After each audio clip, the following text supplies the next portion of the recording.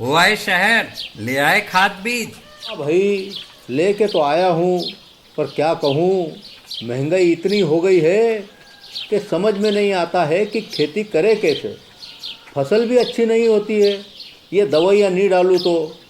कर्जा करके लाओ, कैसे भी लाओ, लाना तो पड़ेगा ही। और ये दवाई की दुकान का कर्जा तो ख़त्म होने का नाम नहीं लेता। लाना तो मुझे भी है, पर सब कुछ इतना महंगा है। कहाँ से लाऊं, किससे खरीदूं, किसके पास सही दामों में मिलेगा और क्वालिटी उत्पाद भी मिलेगा या नहीं। अपनी फसलों की सही दवाओं के लिए दूर दूर तक शहरों में जाना और दवाओं को लाना पड़ता है। फसलों के लिए दवाएं सही है या नहीं, ये जानकारी भी नहीं होती। फसलों की कटाई पर सही दाम मिलेंगे या नहीं, इन तमाम मुश्किलों से दूर होने के लिए आइए खेती बाड़ी केंद्र। खेती बाड़ी केंद्र एक ऑनलाइन सेवा केंद्र है जिससे आप अपने मोबाइल के द्वारा जुड़ सकते हैं, जहां आपको अपनी खेती के लिए सही प्रकार की दवाएं मिलेंगी, वो भी होलसेल मूल्य पर। वो सभी दवाएं सीधा निर्माता से लेकर आप तक पहुंचाते हैं, यानी कि बीच में होने वाले सारे खर्च की बचत आपकी जेब में। साथ ही साथ दवाओं को लाने और ले जाने की झंझट से भी छुटकारा। अपनी मुश्किलों को दूर करने के लिए आप खेती बाड़ी केंद्र पर एक मिस कॉल करें। खेती बाड़ी केंद्र का किसान मित्र आपसे तुरंत संपर्क करेगा और आपको सभी जरूरी जानकारी देगा। खेती बाड़ी केंद्र की फ्रेंचाइजी लेकर खेती बाड़ी मित्र बनिए और किसानों की सेवा कर देश की तरक्की में भागीदार बने। आज ही संपर्क करें नीचे दिए गए नंबर पर और खेती बाड़ी केंद्र से जुड़े। ये है खेती बाड़ी केंद्र ऐप। अच्छा, किसानों की सरदारी, उन्नत खेती बाड़ी। खेती बाड़ी केंद्र, देश के अन्नदाता की दुकान।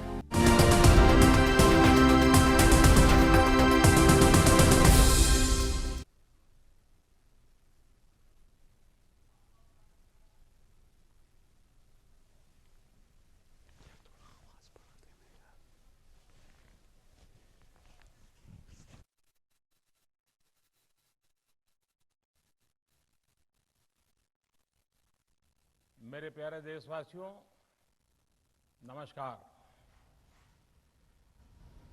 कोरोना के खिलाफ देश आज फिर एक बहुत बड़ी लड़ाई लड़ रहा है। कुछ सप्ताह पहले तक स्थितियां संभली हुई थी और फिर एक कोरोना की दूसरी वेव तूफान बनकर आ गई। जो पीड़ा आपने सही है, जो पीड़ा आप सह रहे हैं, उसका मुझे पूरा एहसास है। जिन लोगों ने बीते दिनों में अपनों को खोया है, मैं सभी देशवासियों की तरफ से उनके प्रति संवेदनाएं व्यक्त करता हूं। परिवार के एक सदस्य के रूप में मैं आपके दुख में शामिल हूं। चुनौती बड़ी है, लेकिन हमें मिलकर अपने संकल्प, अपने हौसले और तैयारी के साथ इसको पार करना है।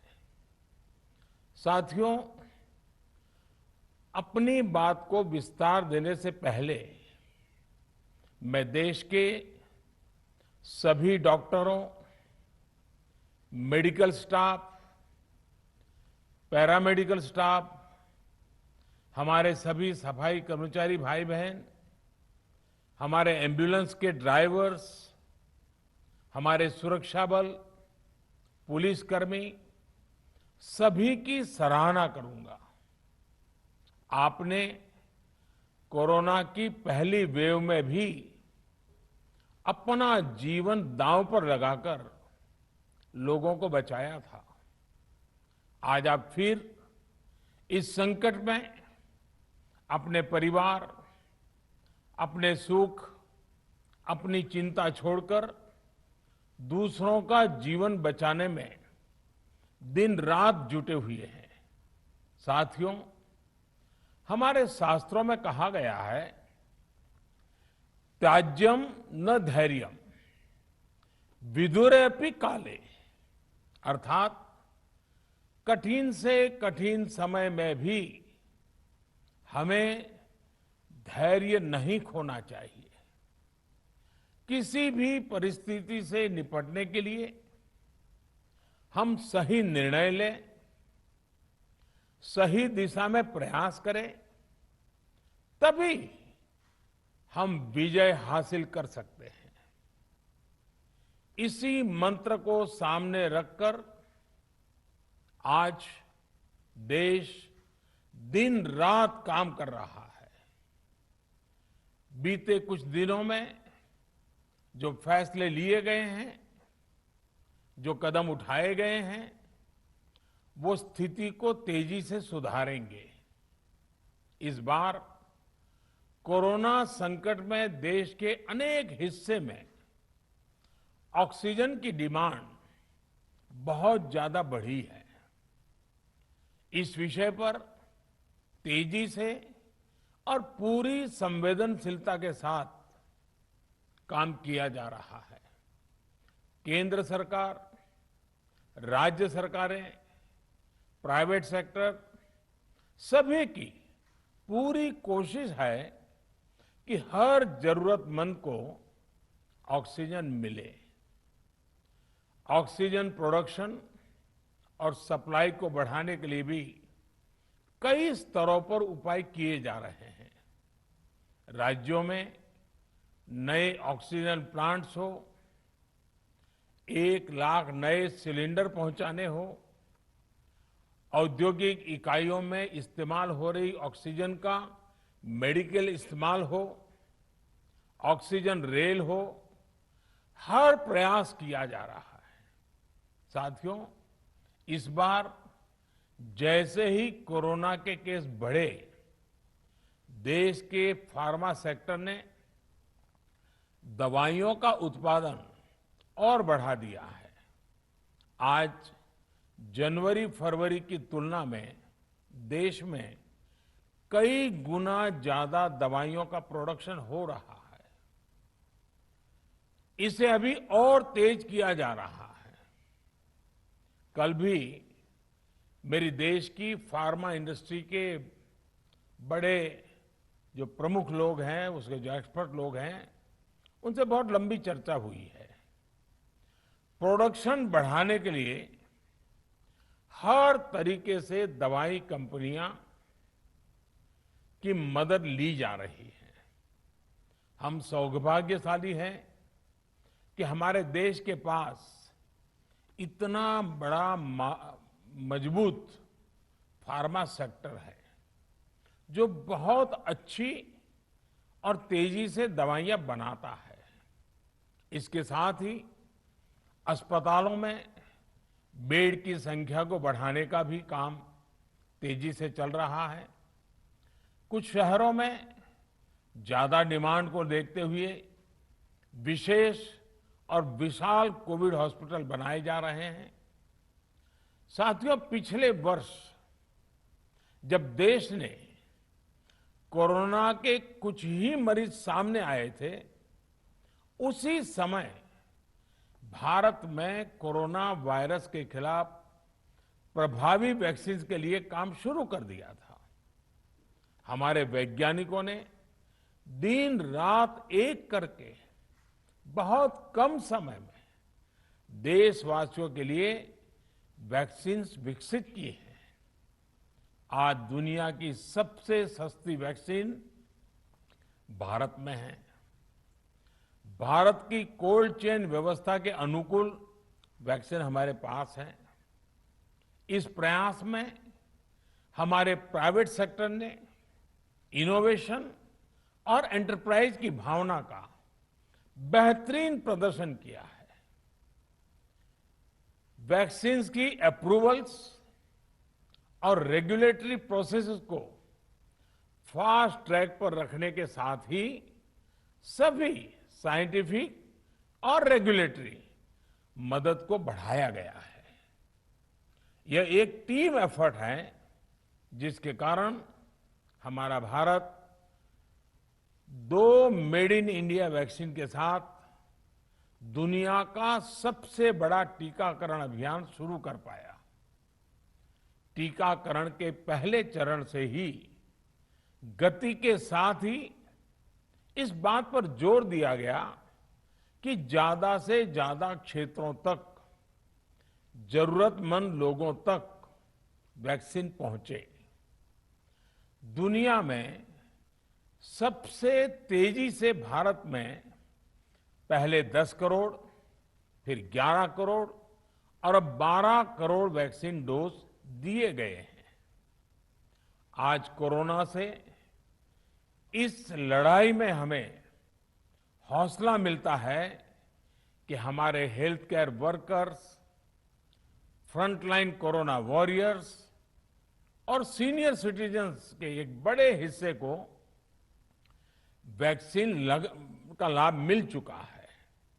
साथियों, कल ही वैक्सीन को लेकर हुए एक और अहम फैसला भी हमने किया है। 1 मई के बाद से 18 वर्ष के ऊपर के किसी भी व्यक्ति को वैक्सीनेट किया जा सकेगा। अब भारत में जो वैक्सीन बनेगी उसका आधा हिस्सा सीधे राज्यों और अस्पतालों को भी मिलेगा। इस बीच गरीबों, बुजुर्गों, निम्न मध्यम वर्ग के लोग 45 वर्ष की आयु के ऊपर के व्यक्तियों के लिए केंद्र सरकार का जो वैक्सीन कार्यक्रम चल रहा है वो भी उतनी ही तेजी से जारी रहेगा। पहले की तरह ही सरकारी अस्पतालों में मुफ्त वैक्सीन मिलती रहेगी, जिसका फायदा, जैसा मैंने कहा, हमारे गरीब परिवार हो, हमारे मध्यम वर्ग, निम्न मध्यम वर्ग के परिवार हो, वो उनका लाभ उठा सकेंगे। साथियों, हम सभी का प्रयास जीवन बचाने के लिए है, और जीवन बचाने के लिए तो है ही, प्रयास से भी ये है कि आर्थिक गतिविधियां और आजीविका कम से कम प्रभावित हो। प्रयास का तरीका यही रखा जाए। वैक्सीनेशन को 18 वर्ष की आयु के ऊपर के लोगों के लिए ओपन करने से शहरों में जो हमारे वर्कफोर्स है उसे तेजी से वैक्सीन उपलब्ध होगी। राज्यों और केंद्र सरकार के प्रयासों से श्रमिकों को भी तेजी से वैक्सीन मिले लगेगी। मेरा राज्य प्रशासन से आग्रह है कि वो श्रमिकों का भरोसा जगाए रखे। उनसे आग्रह करें कि वो जहां है वहीं रहे। राज्यों द्वारा दिया गया ये भरोसा उनकी बहुत मदद करेगा कि वो जिस शहर में हैं वहीं पर अगले कुछ दिनों में वैक्सीन भी लगेगी और उनका काम भी बंद नहीं होगा। साथियों, पिछली बार जो परिस्थितियां थी वो अभी से काफी भिन्न थी। तब हमारे पास इस वैश्विक महामारी से लड़ने के लिए कोरोना स्पेसिफिक मेडिकल इंफ्रास्ट्रक्चर नहीं था। आप याद करिए देश की क्या स्थिति थी। कोरोना टेस्टिंग के लिए पर्याप्त लैब नहीं, पीपीई का कोई प्रोडक्शन नहीं, हमारे पास इस बीमारी के ट्रीटमेंट के लिए कोई खास जानकारी भी नहीं। लेकिन बहुत ही कम समय में हमने इन चीजों में सुधार किया। आज हमारे डॉक्टरों ने कोरोना के इलाज की बहुत ही अच्छी एक्सपर्टीज हासिल कर ली है। वो ज्यादा से ज्यादा जीवन बचा रहे हैं। आज हमारे पास बड़ी मात्रा में पीपीई किट्स हैं, लैब्स का बड़ा नेटवर्क है और हम लोग टेस्टिंग की सुविधा को निरंतर बढ़ा रहे हैं। साथियों, देश ने कोरोना के खिलाफ अब तक बहुत मजबूती से और बहुत धैर्य से लड़ाई लड़ी है। इसका श्रेय आप सभी को, सभी देशवासियों को ही जाता है। अनुशासन और धैर्य के साथ कोरोना से लड़ते हुए आप देश को यहां तक लाए हैं। मुझे विश्वास है जन भागीदारी की ताकत से हम कोरोना के इस तूफान को भी परास्त कर पाएंगे। आज हम अपने चारों ओर देख रहे हैं कि कैसे कई लोग, कई सामाजिक संस्थाएं जरूरतमंदों तक मदद पहुंचाने में दिन रात जुटे हैं। दवाई पहुंचाना हो, खाने या रहने की व्यवस्था करनी हो, लोग पूरे मनोयोग के साथ काम कर रहे हैं। मैं इन सभी के सेवा भाव को आदरपूर्वक नमन करता हूं और देशवासियों से अपील करता हूं कि अधिक से अधिक मात्रा में इस संकट की घड़ी में देशवासी आगे आएं और जरूरतमंदों तक मदद पहुंचाएं। समाज के पुरुषार्थ और सेवा के संकल्प से ही हम ये लड़ाई जीत पाएंगे।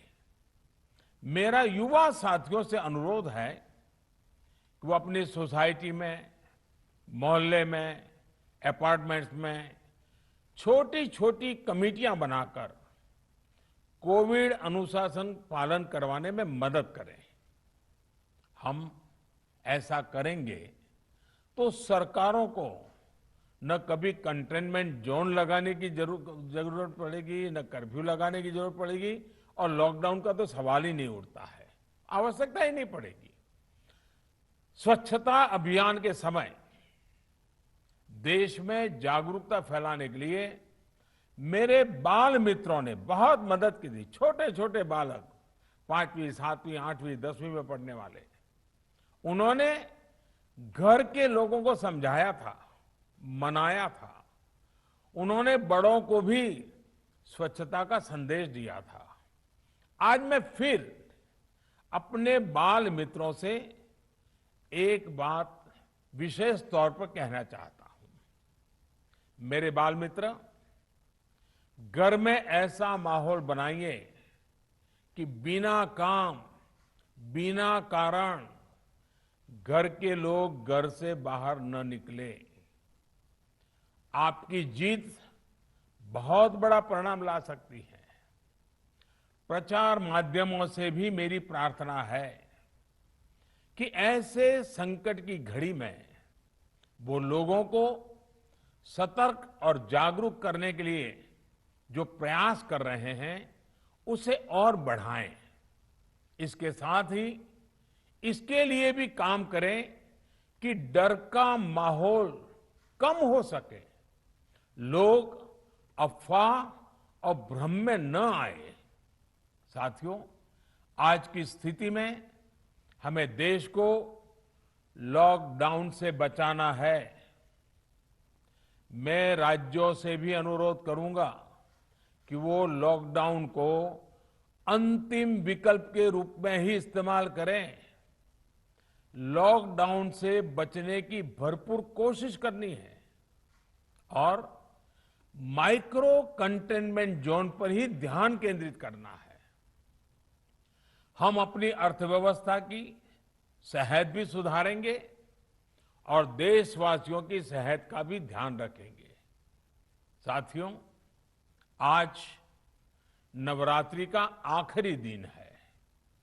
कल रामनवमी है और मर्यादा पुरुषोत्तम श्री राम का हम सभी को यही संदेश है कि हम मर्यादाओं का पालन करें। कोरोना के इस संकट काल में कोरोना के बचने के जो भी उपाय है, कृपया करके उनका पालन 100% करिए। दवाई भी, कड़ाई भी, इस मंत्र को कभी भी भूलना नहीं है। ये मंत्र जरूरी है, वैक्सीन के बाद भी जरूरी है। रमजान के पवित्र महीने का भी आज 7वां दिन है। रमजान हमें धैर्य, आत्मसंयम और अनुशासन की सीख देता है। कोरोना के खिलाफ जंग जीतने के लिए अनुशासन भी, उसकी भी उतनी ही जरूरत है। जब जरूरी हो तभी बाहर निकले, कोविड अनुशासन का पूरा पालन करें। मेरा आप सभी से यही आग्रह है। मैं आपको फिर ये भरोसा देता हूं, आपके इस साहस, धैर्य और अनुशासन के साथ जुड़कर आज जो परिस्थितियां हैं उन्हें बदलने में देश कोई कोर कसर नहीं छोड़ेगा। आप सभी स्वस्थ रहें, आपका परिवार स्वस्थ रहे, इसी कामना के साथ मैं अपनी बात समाप्त करता हूं। आपका बहुत बहुत धन्यवाद।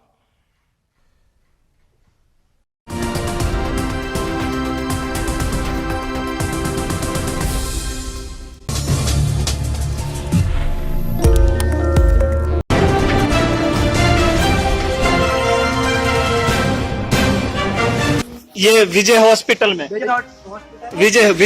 में किडनी निकाली है इस लड़के की। ये किडनी देख लो आप, ये किडनी निकाली है, यहाँ पे कोई जख्म नहीं था पहले, और ये किडनी निकाली है। ये तस्लीम नाम है इनका, कामा भरतपुर से, और ये किडनी निकाली है, ये किडनी निकाली है, और ये विजय हॉस्पिटल भरतपुर में, और ये किडनी निकालने का खेल चल रहा है इसमें। ये विजय हॉस्पिटल है भरतपुर में, और इसकी किडनी निकाली है विजय हॉस्पिटल में ये किडनी निकाली गई है, कामा भरतपुर से है।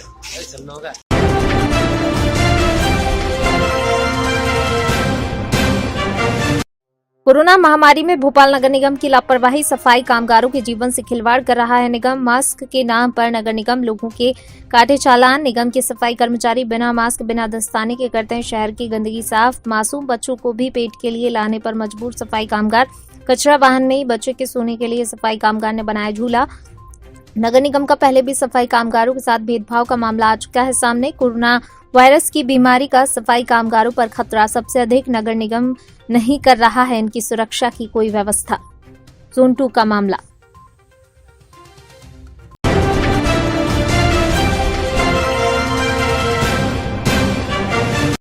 नगर निगम कर्मी को पुलिस ने किया बंद। ब्रैकेट हटाने को लेकर आपस में पुलिस नगर निगम कर्मी में नोकझोंक। मामला टीटी नगर थाने में। तत्काल का मामला।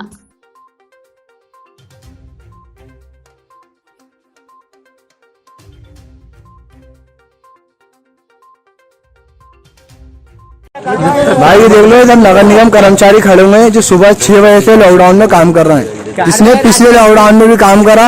ये कचरा उठाते हैं, सच्चा है ना, इनके पास गिलव्स से ना कुछ, ये सब मेहनत कर रहे हैं। और हमारे कर्मचारी को टीटी नगर थाने में मध्य प्रदेश भोपाल के अंदर मारा गया बैरिकेड हटाने पे, जो काम करने के लिए डीजल लेने जा रहा था, उसको मारा। और नगर निगम प्रशासन को गालियां बकी, नगर निगम को गालियां बकी, नगर निगम का अपमान करा।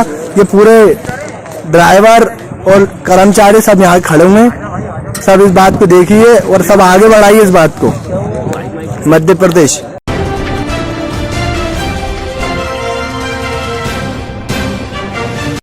भाजपा के राष्ट्रीय महासचिव कैलाश विजयवर्गीय ने 15 ऑक्सीजन मशीनों को मनकामेश्वर कांटाफोड़ मंदिर नौलखा पर भिजवाया। मंदिर में मेडिकल उपकरण बैंक का शुभारंभ किया। इसमें आकाश विजयवर्गीय का भी योगदान है। कैलाश विजयवर्गीय द्वारा भिजवाई गई ऑक्सीजन मशीनों को और मेडिकल उपकरण बैंक का शुभारंभ करने विधायक रमेश मेंदोला, टीकम चंद जी गर्ग, विष्णु बिंदल, बीके गोयल, अजय खंडेलवाल सहित साथी मौजूद रहे। मंदिर से संचालित मेडिकल उपकरण बैंक से कोरोना वायरस मरीज आधार कार्ड की छाया प्रति, कोविड टेस्ट की रिपोर्ट और डॉक्टर की अनुशंसा पत्र से मशीन ले आ सकता है।